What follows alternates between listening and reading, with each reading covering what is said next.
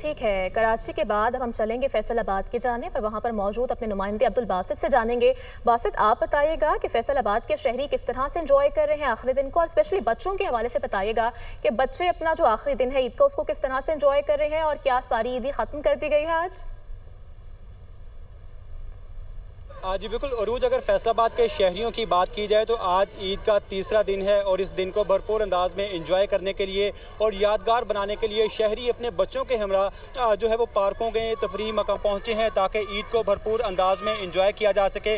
मैं इस वक्त मौजूद हूँ बाग जनाब में, जहाँ पे जो बच्चे हैं वो गर्मी की और सख्त धूप की परवाह किए बगैर यहाँ पे जो है वो मुख्तलिफ इक़साम के झूले लेने में मसरूफ़ है। बच्चों के साथ साथ जो बड़े हैं उनके वालिदैन हैं वो भी बच्चों के साथ बच्चे बने हुए हैं, मुख्तलिफ झूले लिए जा रहे हैं। अगर झूलों की बात की जाए तो इनमें पिंक स्लाइड्स, क्लाइंबिंग और इसी तरह के जो दीगर झूले हैं वो बच्चों की तवज्जो का मरकज़ बने हुए हैं। इसी तरह से ना सिर्फ बाग जनाब बल्कि शहर के जितने भी पार्क्स हैं वहाँ पे बच्चों की बड़ी तादाद इस वक्त जो है वो मुख्तलिफ अंदाज में ईद को इंजॉय करती हुई दिखाई दे रही है। चूँकि बच्चों की जानिब से ईद के पहले 2 रोज़ अपने बड़ों से, वालिदैन से, रिश्तेदारों से खूब ईदी भी जमा की गई थी। अब इस ईद को खर्च करने का भी वक्त आया है। यहाँ पे जो मुख्तलिफ जो झूले उनके पैसे देकर जो है वो झूले लिए जा रहे हैं। मुख्तलिफ इक़साम के जो खाने हैं जिनमें गोलगप्पे, चाट, बर्गर, शवारमे और इसी तरह के जो दीगर आइटम्स हैं उनके ऊपर बच्चे जो हैं वो मज़े के जो ये पकवान हैं, ये मुख्तलिफ इक़साम की जो अशिया हैं वो खा रहे हैं ताकि ईद को भरपूर अंदाज में इंजॉय किया जा सके। और बड़ों की भी यही कोशिश होती है, चूँकि ईद के ये लम्हात होते हैं जो अपने फैमिलीज़ के साथ बच्चों के साथ या अजीज़ो कारब के साथ ये